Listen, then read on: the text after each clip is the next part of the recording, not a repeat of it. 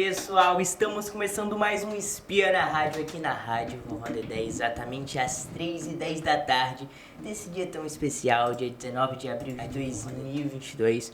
Hoje recebendo Érica Peron, artista visual contemporânea, que vai conversar bastante aqui com a gente hoje sobre suas obras, suas visões. E bom, Érica, para conversar com você hoje temos aqui o João Lucas. E aí, pessoal, boa tarde. Eu aqui, Amando Capalbo e Pedro Linhares. Bom, primeiramente, boa tarde, seja muito bem-vindo aqui à Casa de Vovó Dedé. E para começar assim a nossa conversa, Érica, quando foi que surgiu essa paixão por arte visual, por pintura, enfim, tudo que envolve as artes?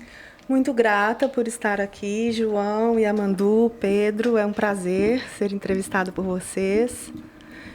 E vamos, conversar bastante. Vamos! Como começou? A arte sempre fez parte da minha vida de alguma forma. Eu vim de uma família que tinha um maestro de uma orquestra sinfônica, que era o meu tio, que hoje tem um busto na cidade, na entrada da cidade. E ele montou essa orquestra com pessoas da comunidade. Eram moradores de rua, ex-presidiários. O trabalho era maravilhoso e eles ganharam muitos prêmios. Então, eu cresci ali brincando no meio da música, a arte já estava por aí. Também já gostava muito de desenhar, fazia cartão de Natal para todo mundo, personalizado com desenhos, cada um da família e tudo. E aí, mais tarde, na juventude, eu trabalhei com modelagem e depois a vida me levou para outros caminhos, né? Eu fiz química, depois fui trabalhar com computação. E aí, então, publicitária, a arte voltou para a minha vida através da publicidade, né? Fazendo direção de arte, design. E dentro desse processo, eu tive uma agência de publicidade e contratava muitos fotógrafos. Então, eu comecei a aprender com eles. Grandes fotógrafos aqui do Ceará, que eu agradeço muito, foram meus mestres, o Gentil Barreiro, Maurício Albano, vários fotógrafos maravilhosos que me davam toques e eu fui ali aprendendo com eles. Então, a arte já estava aí também de novo na minha vida, até que um dia eu resolvi que a fotografia tinha que ocupar um espaço mais forte. Então, eu fechei a agência e fui para a Amazônia. Passei 4 anos no meio da selva, fotografando para o Greenpeace. Foram momentos maravilhosos, vivi coisas belíssimas. E depois, a fotografia, fui para o Rio fotografar animais também. Trabalhei com pets, muitos anos lá fotografando os cachorrinhos e gatinhos, que é outra paixão minha, os animais, a natureza em si, né? E aí fotografei cachorro da Xuxa, Chico Anísio, foi a Globo toda parada. E aí foi muito bom. E depois eu tive um problema de saúde que me impossibilitou de continuar fotografando. Então, dentro desse processo, eu passei 3 anos sem andar, mais 2 de cadeira de rodas. E nesse momento eu tive bastante tempo de refletir, fazer viagens interiores bem profundas. E dentro dessas viagens, e dessa busca de autotransmutação e de autocura, eu conheci o cristal líquido da 9ª dimensão, que, através das canalizações, eu comecei a entrar em contato com o meu eu mais íntimo, e a arte surgiu como resposta, a arte pintura, como uma resposta de multiplicação e de levar esse conhecimento para as pessoas, essa forma de ver o mundo, de pensar, de reflexão. Então, eu comecei a pintar, tem pouco tempo, e o trabalho está tendo uma aceitação muito legal pelos curadores, galeristas. Para a gente começar a falar, a gente trouxe um pouco dessa artista visual, então tem um grande caminho, uma grande trajetória até chegar na pintura. Mas a gente vai conversar sobre todas elas, vamos conversar sobre todas essas fases da sua vida. Mas eu acho que, começando pela pintura, conta um pouco pra gente qual é esse trabalho, sabe? Qual é a importância, a sua visão, o que você quer passar como artista contemporânea. A gente está falando sobre um pouco dessa arte contemporânea, fala pra gente. Sim, a arte contemporânea tendo como missão também o processo, e a interlocução com o observador, ela para mim, tem como objetivo fazer com que a pessoa pare um pouco a mente racional, e entre um pouco dentro de si, através das cores, das formas, e pare para interpretar e pensar e refletir sobre questões intrínsecas, né? Sobre o que eu penso, o que eu sinto. Sim. E é um processo intuitivo, tanto na produção, quanto tem esse objetivo de despertar e desenvolver essa intuição do observador. Então isso vem pela pintura, as cores, a natureza. Então teve um longo processo até você chegar nessa visão para poder passar para os outros. Conta o que foi que despertou essa vontade, esse amor pela natureza, essa paixão. Ela sempre foi intrínseca a você ou você despertou talvez na Amazônia ou na fotografia? O que foi que trouxe essa paixão assim pela vida, pela natureza? Sempre fui apaixonada pela natureza.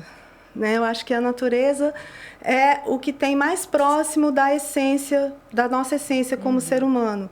E a gente fica, às vezes, tomado pela correria do dia a dia, né? Pelos conceitos impostos pela sociedade, pelo tenho que, vivendo um tempo que não é natural, né? E sendo encaixado ou tendo que se encaixar num modelo pré-estabelecido que não está funcionando, que não está levando a humanidade, de maneira geral, à felicidade, à paz, à prosperidade, né? À abundância, porque tantas guerras, tantas coisas acontecendo, significa que algo está errado.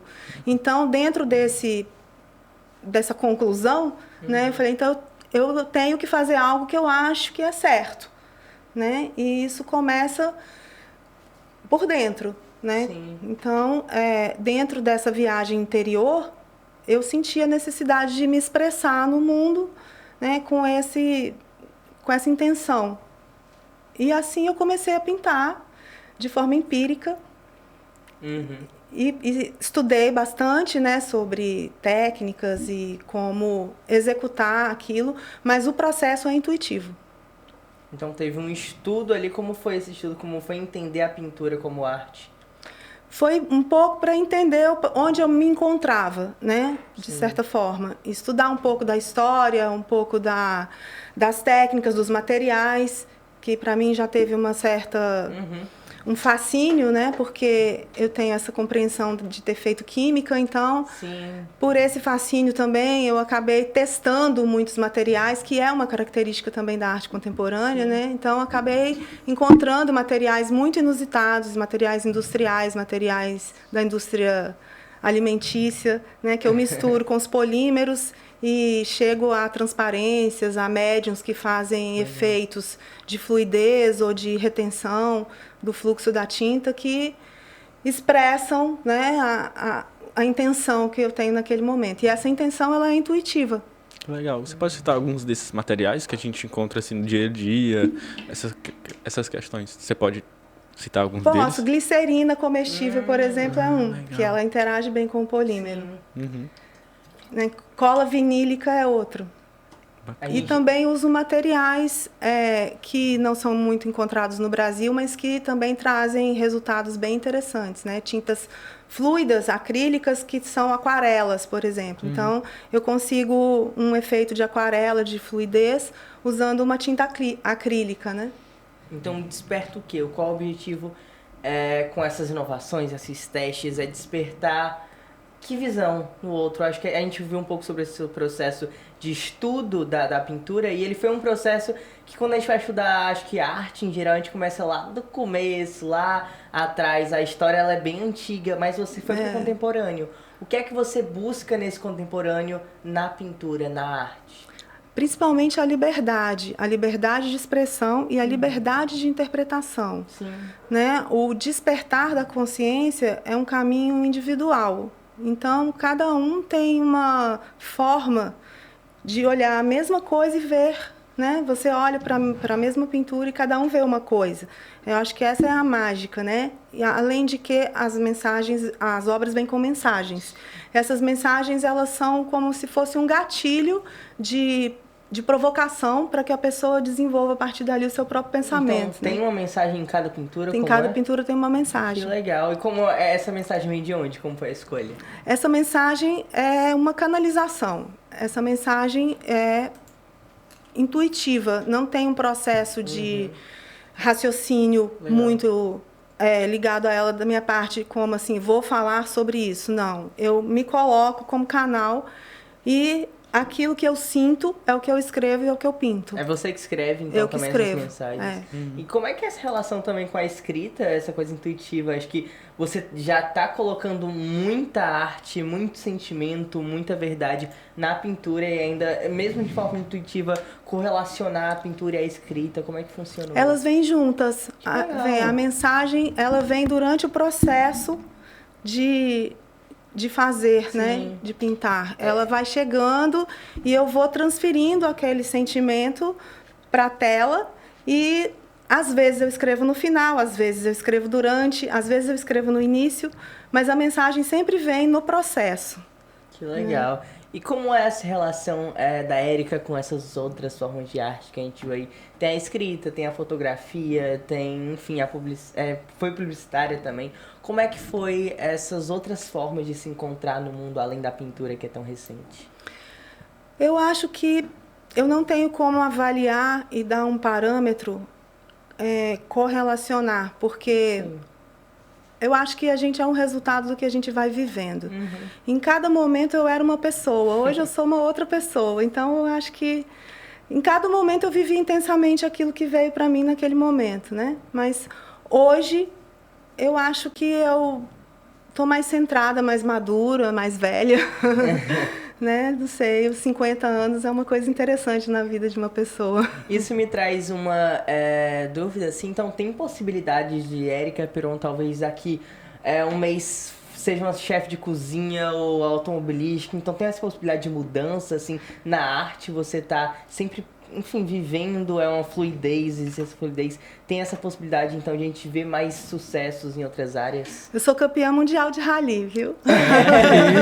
Então tem muita coisa. Eu acho que a vida é feita de infinitas possibilidades para todas as pessoas. A gente co-cria o nosso desejo, o que a gente quer. A gente pode ser o que a gente quiser. Basta querer Sim. e fazer com que aconteça. Sim. Então eu não sei o que será de mim amanhã, depois de amanhã, mas tá daqui uma hora. Aí a possibilidades. Aberta a tudo, tá vivendo. Eu sou uma pessoa completamente aberta para a vida. Para todas as possibilidades que a vida possa me trazer. Posso te dizer que eu estou muito realizada com esse trabalho que eu estou fazendo agora. Que legal. Talvez como nunca estive em todos os momentos da minha vida.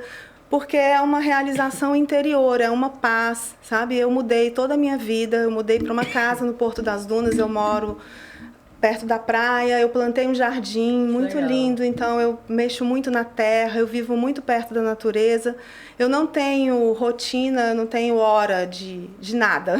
Tudo é naturalmente fluido o meu ritmo, né? E isso é uma coisa que me deixa feliz. E como é ver esse reconhecimento? A gente está falando de uma arte que tá sendo muito reconhecida, porque a gente mesmo aqui quando chegamos e vimos, a gente ficou, meu Deus, que incrível, que massa. Como tá sendo esse reconhecimento? A gente tá vendo um reconhecimento muito internacional também. O pessoal tá vendo e tá gostando. Como é se sentir acolhida aí?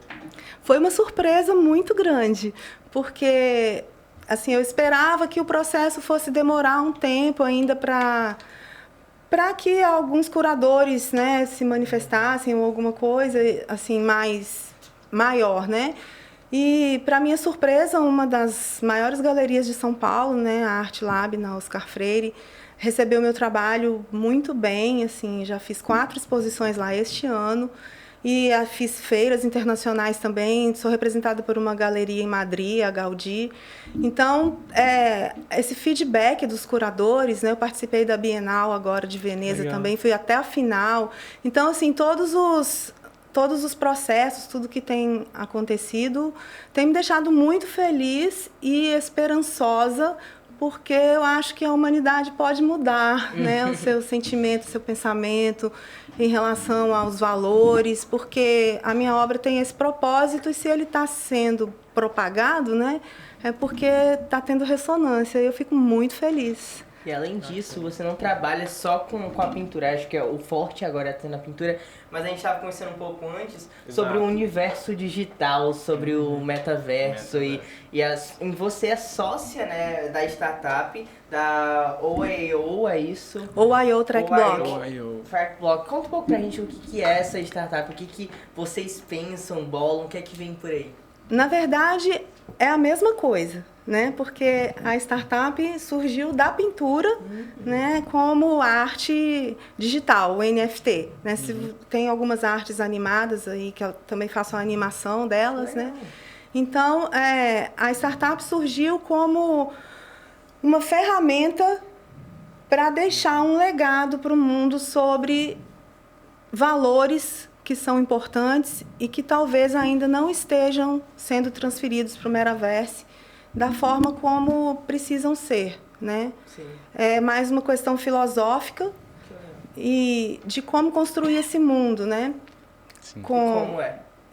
Então, aí eu não posso contar não tudo ainda, mas... A gente estava pensando aqui antes e eu fiquei muito curioso, porque eu ouvi mas eu posso dar um briefing. E eu não sabia do que era, daí eu ia perguntar agora, então vamos lá, um briefing. Eu posso dar um briefing, principalmente baseado na ética e no princípio moral do amor. Legal. Que é sobre conquistar coisas não só com dinheiro, com valor monetário, mas também com valor evolutivo, né? Passando por fases em que você precisa ser testado e precisa se aprimorar e evoluir para conseguir mudar de fase, por exemplo. Então, tem muita coisa que vem por aí. Que bacana. Muito bacana. E, Erika, você pode explicar só mais ou menos aqui para os nossos telespectadores o que é o metaverso e essa questão das NFTs? O Pedro perguntou um pouco antes da gente começar, mas é bem importante aqui transmitir isso para os nossos telespectadores, vai que alguém tem uma dúvida igual ele tinha, igual a gente tinha, e você explicou direitinho pra gente, a gente entendeu. A gente tinha uma certa visão sobre o que é NFT, sobre o que é o metaverso, mas você explicou. Então, gostaria que você transmitisse aqui para os nossos telespectadores, pode ser? Sim, claro. O Metaverse é um universo projetado, né? Um universo, não é bem um universo paralelo, porque a ideia não é que ele aconteça num outro nível ou num outro mundo em que o mundo real esteja acontecendo. A ideia é que eles se interajam, né? Sim. E haja uma projeção do outro mundo aqui, que a gente também possa se projetar para outros lugares, né? E interagir de forma mais próxima. Sim. Né? Então, dentro desse processo estão sendo desenvolvidas várias tecnologias, né? Acredita-se que muito em breve a gente já vai ter os skins, né? Que são as peles que você vai vestir para poder ter sensações de tato, né? Nossa, e também os chips que estão sendo desenvolvidos para ser implantados, né? No nosso cérebro, para que a gente possa sentir cheiro e não precise de nenhum acessório, né, para isso, como hoje já está em teste, né, o Facebook está com os óculos já funcionando, mas tem muita coisa para vir por aí, né, e esse mundo ele está projetado para funcionar em blockchain, né, em códigos rastreáveis. Então, a arte ela surgiu dentro desse processo como protagonista no início, através dos NFTs, né, que são tokens não fungíveis, significa que são imutáveis e rastreáveis e processados ao mesmo tempo por vários computadores. Então, é uma coisa que o original passa a ser atrelado àquele código. Então, não pode haver uma cópia ou uma alteração, porque se houver, muitas pessoas têm aquele mesmo código e não é isso. Então, por isso, ele passa a ter um atestado de originalidade. Né, como se fosse. E isso atrela bastante a obra de arte, porque a gente vê que na história tem muitos, né, casos de falsificação, e isso não vai mais existir, né, com os NFTs. Sim, mas só uma coisa muito bacana que você contou aqui pra gente, e que era uma visão distorcida que eu tinha das NFTs. NFT não é só arte visual, pode ser música, pode ser várias coisas. Explica um pouco aí pra gente. O NFT é um blockchain. É um bloco de códigos atrelados a qualquer coisa. Pode ser uma música, uma letra, uma poesia, uma arte, né? O que você quiser atrelar aquele código, ela passa a funcionar e ser rastreável por aquele número, né? A gente tá falando com você, Érica, e durante todo esse papo desenvolvido, a gente percebeu que você é uma pessoa bem pé no chão, bem natureza, bem essa vibe mais da realidade. E a gente tá falando agora de uma coisa que não é a realidade. Como funciona pra você essa relação, assim, pra você como pessoa mesmo, essa relação de uma tecnologia se tornar uma possível realidade e que vai vir por aí? O que é a realidade para você? É o que eu sinto, que eu pego, que eu toco. Eu acho que é a vida, assim, nesse movimento que eu tô vendo agora. Mas a realidade também não é aquela que está dentro de você, independente do que você está pegando ou tocando. A realidade, na minha opinião, é algo que é originário, né? Que é real, que Sim. é a fonte da vida, né? E a consciência. E a consciência, ela está onde você a coloca, Sim. né? Porque você pode estar aqui é o mundo real, mas você não está aqui, sua cabeça está no outro lugar, seu sentimento está no outro lugar. Então, o que é o real? É onde está a sua consciência ou é onde está o seu corpo, essa coisa física? Né? É o que você está projetando do que passou, do que virá? Na verdade, a realidade é o presente, é onde está Sim. a consciência, né? Naquele momento. Então, se o metaverso é uma realidade que está possível, né? Eu acho que não se deve negar, né? Que ela possa vir a existir, já exista, né? Para algumas pessoas. Então, dentro desse ponto de vista, eu decidi atuar. Legal. Né? E trazendo um princípio filosófico muito seu, né? Muito pessoal, que é novo, inclusive, porque a gente não sabe do que se trata, mas pelo que a gente entende é uma coisa que não tem as propostas que a gente vê agora no metaverso, as propostas de, como você mesmo tinha falado, de jogos, de games, muitos violentos, enfim. Então é muito legal você ter essa participação muito pessoal e com a arte, né? E voltando pra essa coisa da arte, pra esses lances que você teve aí, que foram muito plurais na sua vida toda. Conta um pouco pra gente como foi essa experiência, assim, porque foi muito rápido quando você estava contando, de você, do nada, na Amazônia, 4 anos, largou tudo. Como é que foi, assim, esse processo? Vou decidir fotografar por 4 anos no meio do nada. Como é que foi? Conta pra gente. Foi um processo muito intenso, né? Acho que já era essa eu de hoje querendo se manifestar lá. Mas né? E antes? Quem era você antes? Como é que chegou até lá? Como foi essa decisão, assim? Foi uma decisão radical. Foi uma decisão de querer estar na natureza, porque eu pensei, a vida é muito curta, eu vou embora daqui, desse planeta, e o que é que eu vou ter vivido de real daqui? Eu sempre quis ir para o meio da selva, porque eu imaginava que lá eu ia viver essa realidade e vivi realmente, que eu morei como os índios, 4 estacas e palha em cima, e uma mochila com as roupas que quando ficavam velhas não dava mais, arrumava outras e punha ali dentro da mochila e continuava vestindo. E o que importava era o contato com a natureza, as descobertas, a integração, sabe? Conhecer aquele povo que mora lá, que foi riquíssimo também esse trabalho, esse contato, né? Com os caboclos, os índios, os paracanãs lá. Hoje é dia do índio, né? Foi um dia, foi um momento assim muito mágico na minha vida. Acho que foi uma das melhores experiências que eu tive. Tudo lá é muito grande. Quando você fala, você imagina uma árvore grande, é enorme, sabe? O rio é enorme, os macacos, onça, jacaré. Eu chegava assim na ilha com a lanterna à noite e eram mais de 300 bolas de fogo, né? Os olhos dos jacarés brilhando no escuro, né? Então, assim, é uma outra realidade. Sim. Né? E eu não queria deixar este mundo sem vivenciar isso, a natureza, essa coisa que eu acho que é a verdade, né? Que a gente tem aqui no momento presente. Sim, mas foi um processo muito longo. Por quê? O que foi que aconteceu aí nesse caso? Você gostou? Não, ficou... o processo talvez durasse para sempre. Ele terminou aí porque a minha mãe ficou doente. E eu tive que tomar uma decisão porque eu sou filha única, a minha mãe é a pessoa mais importante da minha vida. Hoje eu já tenho filha, netos, né? Já é outro processo, mas naquele momento, cuidar da minha mãe foi mais importante que qualquer outra coisa. Sim. Então eu parei todo o processo e fui cuidar dela. Foi um processo de fotografar, né? Isso. Fotografar. Como foi, assim, chegar no meio do nada com a câmera? A gente tá falando de povos nativos, assim. Geralmente, na Amazônia, eles têm um contato ainda menor com o homem branco, enfim, com a cidade mesmo. Como foi chegar com a câmera, assim? Eu era uma atração. Era uma atração. Eu tinha gente que ia viajar lá para a ilha para ver a mulher que morava lá. E assim, eu fui com um companheiro na época, né? E ele tocava e a gente teve contato com os índios através desse processo, né? Que foi muito interessante.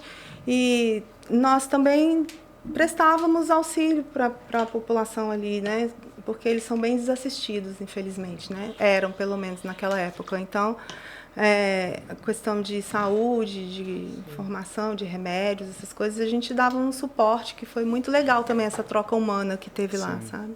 E como foi esse processo de registrar as coisas que tinham lá? Você ainda tem essas fotografias? Tem. Onde é que você expõe elas nas suas redes sociais e tudo mais? Como é que foi essa questão de registrar? Você registrava de dia, de noite? Como era essa questão de... O tempo todo. Eu vivia com a câmera. Era assim, já aconteceram muitas histórias, que eu me perdi na mata atrás de macaco, de cobra. Meu Deus. Era um trabalho pessoal pra você, por você mesmo? Tinha um projeto chamado Cidade Amiga da Amazônia, do Greenpeace. E aí aqui, em Fortaleza, saía uma página no Jornal o Povo, chamado Amazônia no Olhar, de Érica Peron. Legal. Onde acompanhavam os registros, né, da ninho de araras, um tempão, as coisas que aconteciam lá, o cotidiano, né, que é bem curioso. E o que foi essas coisas assim, curiosas que mais chocaram, que mais trouxe uma outra percepção de mundo? Uma coisa que chocou bastante foi a interferência do homem, né? Isso foi uma coisa que me deixou muito triste, me chocou muito, porque lugares onde era mata fechada, em alguns momentos eles passavam trator com corrente derrubando as árvores menores para tirar as árvores grandes, e aí você via o desmatamento acontecendo mesmo ali do seu lado, né? Isso é muito triste. E, né, pouca fiscalização, essas coisas. Então, isso foi bem chocante, assim, de ver. Outra coisa foi a construção da represa de Tucuruí, né, que inundou a mata e muitas árvores morreram, animais, né? Então, os resquícios disso, quando você passava de barquinho, assim, olhando, na época da baixa, era muito aterrorizante, sabe, assim, porque lá tem uma cota d'água que sobe e desce muito, dependendo da comporta da represa, né, da época do ano. Então, quando está cheio, você olha, acho que está ok, mas quando desce, você vê a destruição, sabe? Então, eu acho que assim, essa interferência do homem na natureza de forma destrutiva foi o que mais me chocou na Amazônia. E a gente está aqui, bom, falando com você, que tem agora, a gente acabou de ser revelado ali 50 anos, né?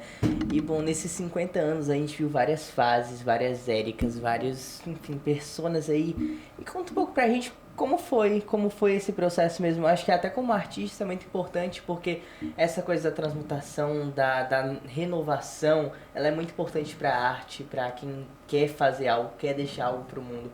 Como foi esse processo? Como foi vivenciar tantas fases? Até para quem está passando por essas transições agora, como foi transicionar assim tantas vezes entre um lado, outro? A gente vê química, pintura, fotografia, publicidade. Como foi? Eu acho que a curiosidade e a coragem. Porque não deixa de ser cada nova fase um novo empreendimento da vida. Então, empreender exige muita coragem, certeza e passar pelos desafios, porque você também não chega a um ponto sem superar os desafios, que não são poucos nem fáceis para ninguém, né? Você olha de fora, a vida do outro é muito boa, mas na verdade cada um sabe a dor e a delícia de ser o que é, né? Sim. Então eu acho que o principal é ter certeza, é desejar uma autotransmutação, uma evolução pessoal, né? Vivenciar, experienciar coisas diferentes, coisas novas e buscar a felicidade. Porque a gente não pode desistir, né? De ser feliz. A gente vê essa energia muito pra cima o tempo todo. A gente tá vendo que na sua arte você mostra muito isso, que, enfim. Mas a gente acabou de ter uma fala de que a gente não é assim o tempo todo. Mas por quê? Por que a sua escolha de trazer a arte, esse lado mais alto astral do mundo, da vida, da natureza, trazer a realidade, assim? Primeira coisa é intuitivo. Essa é a primeira coisa. Eu acho que é uma coisa natural. Não tem muito assim, vou fazer isso. É uma coisa que vem de dentro para fora, sabe? É um desejo de manifestação. E esse desejo, eu acho que ele vem dessa transmutação, né, dessa autocura e de desejar para as outras pessoas também essa autocura, né, no caso a cura do outro, porque me faz bem, né? Então eu quero bem também para as outras pessoas, né, que elas também descubram esse processo interior delas próprias, e eu procuro através da minha arte despertar essa reflexão, né, de um ponto dentro de si, onde é que eu deixo de ser uma partícula inerte e viro uma onda propagadora, né, do meu desejo, da minha realização. Quando esse ponto acontece, onde é essa virada de chave? O que eu preciso para fazer isso? Né? Primeiro, refletir sobre quem eu sou, né, sobre os meus conceitos do mundo, né, sobre a dualidade, que é uma ilusão, sobre se eu estou no presente ou não, né, e onde está a minha fonte criadora. Isso me chamou a atenção. Por que a dualidade é uma ilusão? Porque, na verdade, o tempo é uma ilusão. Né? Você já pensou se você estivesse lá no centro do universo? O tempo ia estar passando, né? Mas qual é o parâmetro para isso? Quanto tempo o tempo tem? Né? O que é certo e errado, dia e noite? Sim. Isso é uma coisa ilusória, né? Passageira deste momento agora que nós estamos presos nessa dimensão, né? Terceira e quarta dimensão. Mas quando você pensa no mundo dimensional em outras dimensões, você consegue imaginar e ir para um lugar onde isso não tem importância, né? É além, a nossa fonte da vida, ela vai além disso, né? Ela está na unidade, onde tudo é um, né? Onde eu me reconheço em você. Eu tenho um pouco de você, você tem um pouco de mim, eu tenho um pouco, né, do Pedro, de todas as pessoas, do João, de onde eu estou, né, da árvore. Eu tenho uma poção no reino animal minha, que está lá porque o universo não é um, então eu sou parte dele, né? Então, sentir-se parte do outro e se reconhecer no outro com as suas dores, com, né, os seus desejos, e criar, através disso, uma empatia, né, e uma doação de amor pela dor do outro. Sim. Então, eu acho que isso é um processo integral, né? A arte é o melhor caminho para isso? Eu acho que a resposta, para mim a resposta é sim, mas eu quero ouvir a sua resposta. Eu acho que o caminho é um caminho pessoal. Cada um tem o seu caminho, né?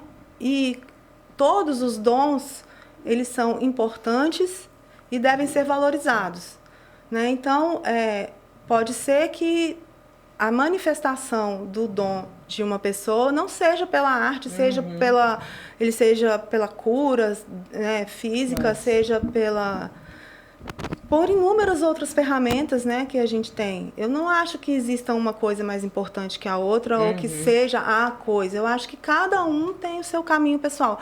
Para mim, está se manifestando nesse momento dessa forma, né? E eu aceito, agradeço e ofereço. É até legal ouvir um pouco desse ponto de vista, porque pra mim, assim, qualquer pessoa me perguntasse se eu ia responder sim, com veracidade, assim, total, porque é a minha forma de expressão, mas as outras também existem. É muito legal entender um pouco desse processo aí do outro, dessa coisa de ver mesmo e aceitar que tá tudo bem, tipo, tem outras formas, sabe?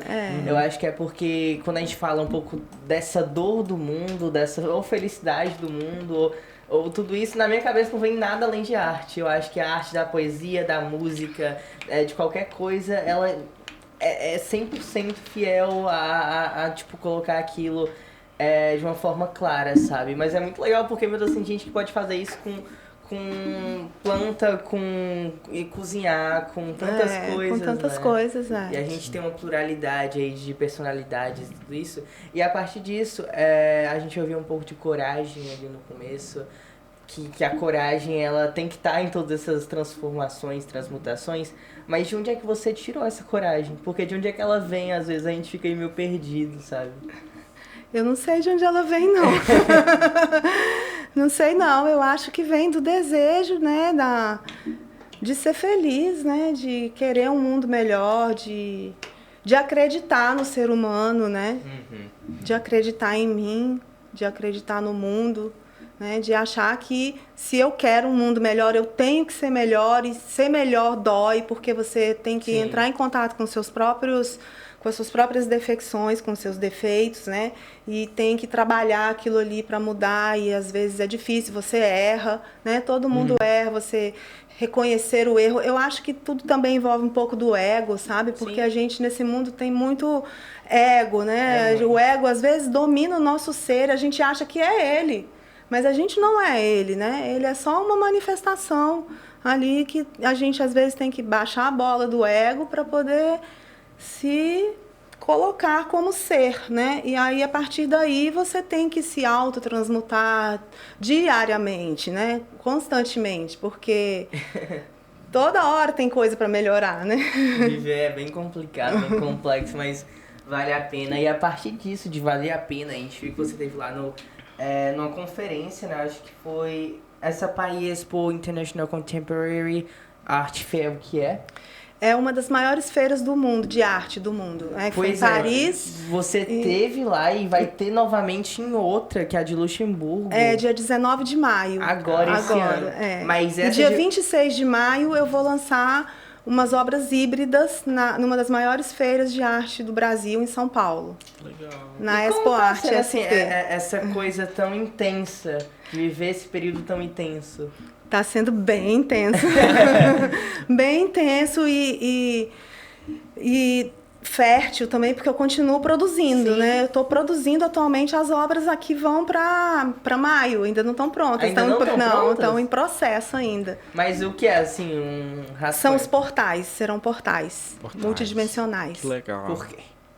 Porque é como se fosse uma recepção, uma porta de entrada para elucidar para as pessoas a cada dimensão, né? Como aportar cada dimensão.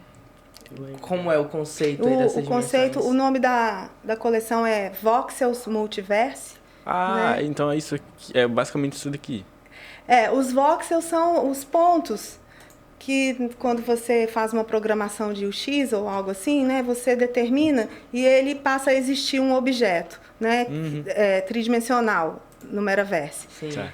E quando eu coloco eles como multiverse, né, é porque é como se esse ponto existisse em vários universos e em cada universo ele é um ser diferente, né? Então a ideia é que cada um se sinta como um ser dentro desses mundos, e os portais são pontos de reflexão para passagem para essa multidimensionalidade. É muito legal a correlação de todos os seus trabalhos. A gente está falando da pintura agora, mas traz um pouco da tecnologia, do metaverso, mas que está ali tão focado na pintura e, enfim, nesse conceito. É muito legal, porque apesar de ser intuitivo, vem com tudo pronto já. Acho que você vem ali, faz tudo, e é muito legal esse processo, sabe? De tá tão sólido, por mais intuitivo que seja, por mais espontâneo que seja, é sólido, tem um conceito muito concreto. E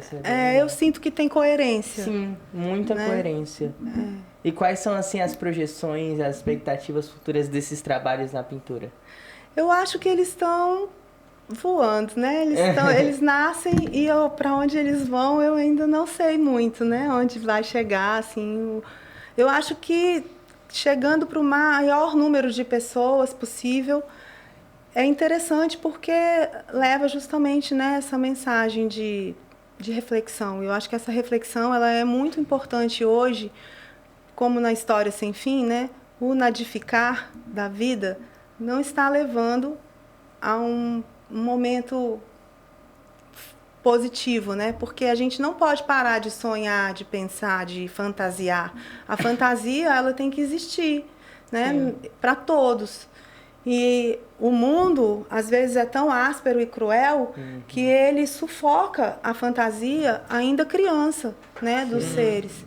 Então, a arte, eu acho que ela tem esse papel de mostrar que é possível sonhar, é possível realizar, né? Que você tem que refletir, transformar isso, e não deixar esse nadificar tomar conta de tudo, né? Sim. A gente viu aqui que você é uma mulher de muitas paixões. E além da pintura, da fotografia, de tudo que já aconteceu, o que mais que a Érica Peron gosta? O que mais a Érica Peron faz? A gente viu ali, você é campeã de... Rally. Rally, o que é rally? Conta um pouco pra gente sobre essas Uma paixões. corrida de aventuras, né? De Jeep. Jeep? De motorista mesmo. Meu Deus! Porque você falou de piloto, né? Aí, tá dentro. Eu fui atleta na minha infância, né? Eu fiz ginástica olímpica, sempre gostei de esporte. Agora eu tenho limitações físicas, né? Porque eu tive um problema degenerativo na coluna, que por milagre eu estou andando, né? Agradeço demais o universo de ter tido essa oportunidade, né? De me locomover de novo assim. Minha paixão são meus netos, que não tem como não ser. Eu tenho um João Legal. E uma Luísa, minha filha, né? As plantas, os bichos que eu adoro. Tenho uma galera lá em casa. Tem o quê?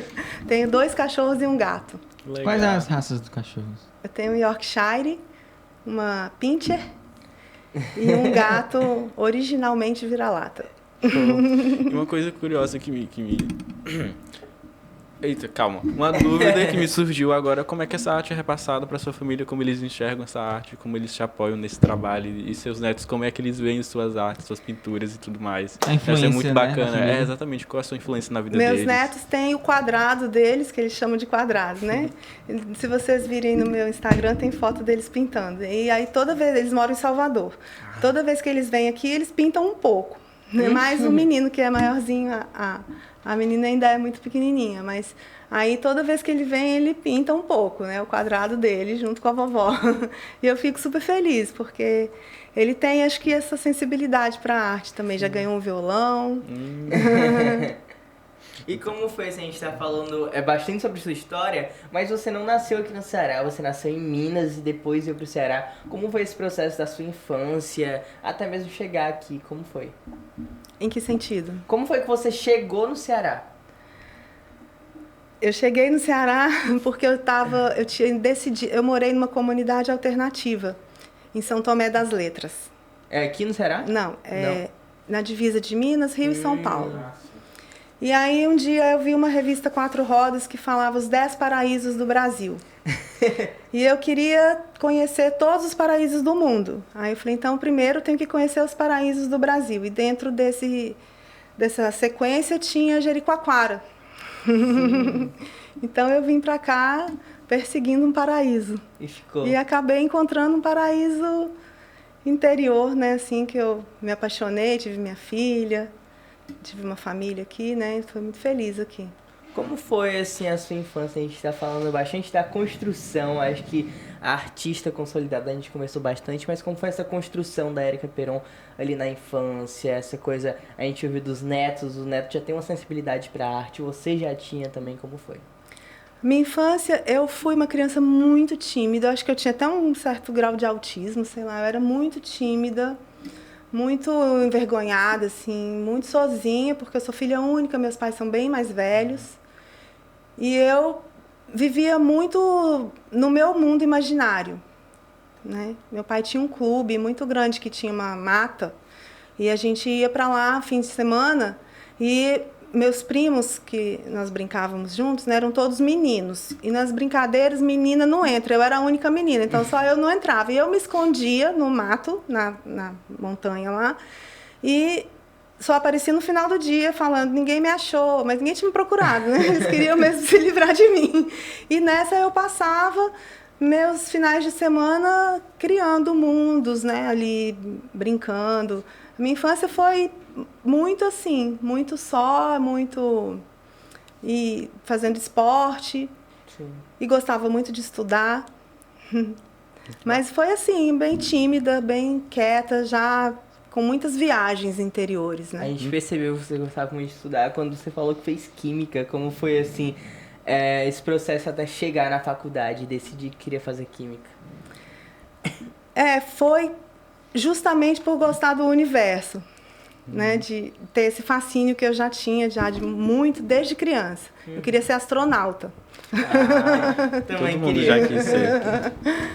Então foi assim, através desse fascínio, né? Mas durante o processo eu percebi que não era bem aquilo, né, que eu queria, e aconteceram outras coisas também na minha vida que me fizeram mudar a direção, né? E eu sempre fui caminhando passo a passo, né, de acordo com o que a vida foi me apresentando. Mas que legal, porque pelo menos serviu, né? Agora na pintura você tem esse contato com esses outros elementos e pode misturar um pouco. Então tudo meio que fez um pouco de sentido ali, né? A gente é uma construção, né, de Sim. retalhos, de tudo que a gente vai vivendo, né? Que legal. E aí eu entendo hoje que o meu trabalho, ele é o resultado de quem eu sou, né? De todos os processos que eu vivi, eu vejo eles ali, né? Nas obras presentes, né? Presentes ali, manifestos, né? De alguma forma. E eu acho que é assim com tudo que todo mundo faz, né? Você utiliza das suas experiências, né? De forma que às vezes não é objetiva, mas está intrínseca, né? Sim. Bom, e nosso papo foi repleto de arte. A gente falou muito de arte dele e a gente está no espaço totalmente artístico, que é a casa de Vovô Dedé. Então eu quero saber de você qual a importância desses espaços, como a casa de Vovô Dedé que oferece. Você conheceu a casa? Conheço já há bastante tempo. Sim, mas Sou apaixonada por esse trabalho. Sou, assim, uma apoiadora efervescente. Tenho muito orgulho de saber que tem um lugar desse aqui no Ceará, sabe? Parabenizo muito o Wagner, o Lessa, todo mundo, né? O Jonab, todo mundo que compõe, né? Esse processo, porque entendo que não deve ser uma coisa muito fácil, mas é feita com muito amor, né? Sim. E aí eu vejo o trabalho que vocês fazem, acompanho muito de perto tudo, né? E ver esse resultado também é uma coisa emocionante, eu fico arrepiada.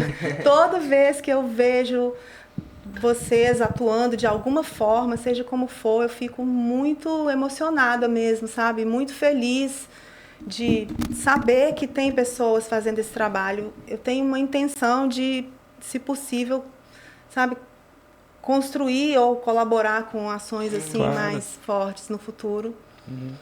E acho maravilhoso. Só tem que dar os parabéns para todos e também para quem vem e se compromete a passar pelo processo todo. Sim. E cresce. É muito bonito de ver, é muito importante para um papel para a sociedade também como um todo, para tudo que a gente vem vivendo, né? É um oásis isso aqui, né? É uma coisa maravilhosa. E a gente está falando bastante sobre a casa, sobre, enfim, essas novas formas de se fazer arte. E se faz arte como? Eu acho que é o jovem hoje em dia ele tem um princípio ativo da arte muito forte, ele tá muito artista hoje em dia. E a partir disso, qual é a sua relação com os jovens, assim, a partir da sua arte? Ou a sua expectativa de relação? Você espera que o jovem... Porque a sua cabeça é uma cabeça de uma mulher de 50 anos, tem uma maturação totalmente diferente da gente. A gente viu 16 aqui, nem um quarto direito. Mas conta um pouco pra gente qual é a sua expectativa com o jovem. Primeiro, os meus sócios têm 20 anos, viu? Os dois. Que massa. E eu pretendo, sim... Eu já tenho um grupo de artistas, né? Que a gente vai fazer uma residência artística em agosto, lá na minha casa. E aí tem umas coisas que talvez a gente vá propor aqui para vocês.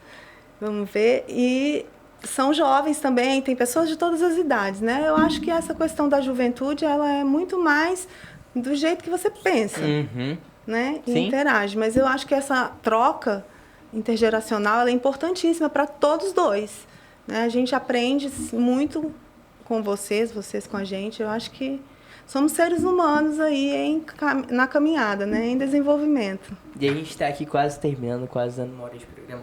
E a partir disso eu queria pedir para você deixar uma mensagem para quem estiver ouvindo a gente. O que é que você espera do mundo? A gente ouviu muito de uma esperança no mundo, nas pessoas. O que é que você espera aí que aconteça de bom? Eu acho que para o mundo ser melhor, nós precisamos nos tornar melhores, cada um, né? Cada um precisa refletir, autotransmutar, buscar esses valores conscienciais, né? Buscar agir consigo e com o outro de uma forma que seja construtiva e evolutiva como seres humanos, né? Como seres em processo de evolução. Então, eu espero, sim, um mundo melhor e espero e acredito que isso só vai acontecer a partir do momento que cada um se conscientizar que tem que melhorar consigo mesmo, com o outro, E é na realidade, é no momento em que está, não tem uma hora para fazer isso, é toda hora, com todas as pessoas, com essa troca, né? É sentir o amor pelo outro, criar uma conexão com o outro, de sentir a dor do outro e ter empatia por isso. Eu acho que assim o mundo vai ser melhor. E é muito legal porque a gente recebeu ontem o Maestro Poti, hoje recebe você, e a gente ouve muito uma necessidade das pessoas de fazer algo, sabe? De estar ativo, estar presente, fazer algo pro mundo, deixar um legado. E a gente vê pessoas aqui incríveis que a gente vem entrevistando que estão fazendo isso, que estão deixando um legado, estão fazendo algo pelo outro, pelo mundo, pelo próximo, pela próxima geração, por essa. E por isso eu queria muito te agradecer pelo dia de hoje, eu queria muito parabenizar por todos esses trabalhos, por essa nova conquista na sua vida, essa nova fase da sua vida que tá vindo aí com tudo, tão intensa e tão legal. E bom, Érica, muito obrigado pelo bate-papo de hoje. A gente tá aqui na casa, a gente tá vivendo arte, mas o contato com a pintura, ele não é ali 100%, então quando a gente tem que aproveitar. E hoje foi muito especial, foi muito legal ter esse contato direto com você, com a pintura e com um conceito tão bacana, com a filosofia tão legal. Então agradeço muito, muito, muito, foi muito massa. E agora eu passo pra você, João Lucas. Eu também gostaria de agradecer muito pelo papo, foi muito, muito, muito bacana mesmo. Me identifiquei com essa questão da arte estar presente na sua vida desde cedo, também com essa questão da fotografia. Fiquei muito curioso para acompanhar o seu trabalho lá na Amazônia. Eu quero muito ver as imagens e depois você me mostra, trocar um papo sobre fotografia, você me dá um pouco da sua experiência e tal. Também fiquei muito curioso em relação ao metaverso, quero saber depois sobre esse trabalho. Você não deu muito spoiler, mas depois a gente vai acompanhando esse trabalho. Quanto tempo a gente vai esperar, assim, mais ou menos? Não sei te falar exatamente agora, não. Mas vai tá vindo por aí. Mas eu tô muito, muito curioso mesmo, então eu vou procurar saber depois. Você manda pra gente como ficou o resultado e tudo mais. E mais uma vez, muito, muito obrigado mesmo por tirar um tempo da sua tarde, uma hora aqui de conversa que passou muito rápido e tudo mais. Muito obrigado mesmo. E é isso mesmo. Assim como o Yamandu e como o João Lucas, eu primeiro quero parabenizar pelo seu trabalho e agradecer pela sua presença. Dessa vez eu fiquei realmente assim, bem mais calado do que as outras vezes. Eu fiquei pensando, quando eu fazia uma pergunta, montava uma pergunta na cabeça, você já naturalmente respondia. Aí eu não entendia. Intuitivo, como a gente falou bastante aqui. E aí eu fiquei muito pensativo sobre as coisas que você falou da natureza, dessas histórias na Amazônia. Eu fiquei tipo, não sei explicar, mas as suas histórias com certeza vão impactar na nossa forma de enxergar as coisas, de quem tá vendo agora a entrevista do Yamandu, do João Lucas, daqui pra frente. Então eu quero parabenizar e agradecer pela sua presença aqui. E também, só antes, encerrando, queria deixar aí aberto as suas redes sociais, onde te encontrar, onde encontrar um pouco do seu trabalho. Eu que agradeço vocês, né, por essa disponibilidade, por essa troca que a gente teve, né, tão bacana, tão intensa, né, se conversamos bastante. Agradeço muito a vocês, a casa, a todos aqui, a oportunidade, né, e o que eu puder contribuir, eu estou aqui à disposição. Minhas redes sociais é Érica Peron Arte no Instagram e o site também é Érica Peron Arte. Lá vocês podem ver meu trabalho, tem um pouco dos textos, tem um pouco da minha história, porque teve uma entrevista por uma revista alemã, que ela quis saber muito da minha história, ela escreveu uma história inteira, tem um link lá no meu site, quem quiser saber mais a fundo, lá tem a história toda. Massa, Agradeço muito vocês pela tarde, por essa hora maravilhosa, estou muito feliz. Muito obrigado, Érica. Então é isso, a gente vai encerrando mais um Espia na Rádio aqui na Rádio Vovó Dedé, exatamente às 4h04 da tarde do dia 19 de abril de 2022, recebendo Érica Peron. Muito obrigado, um beijão e até amanhã. Até.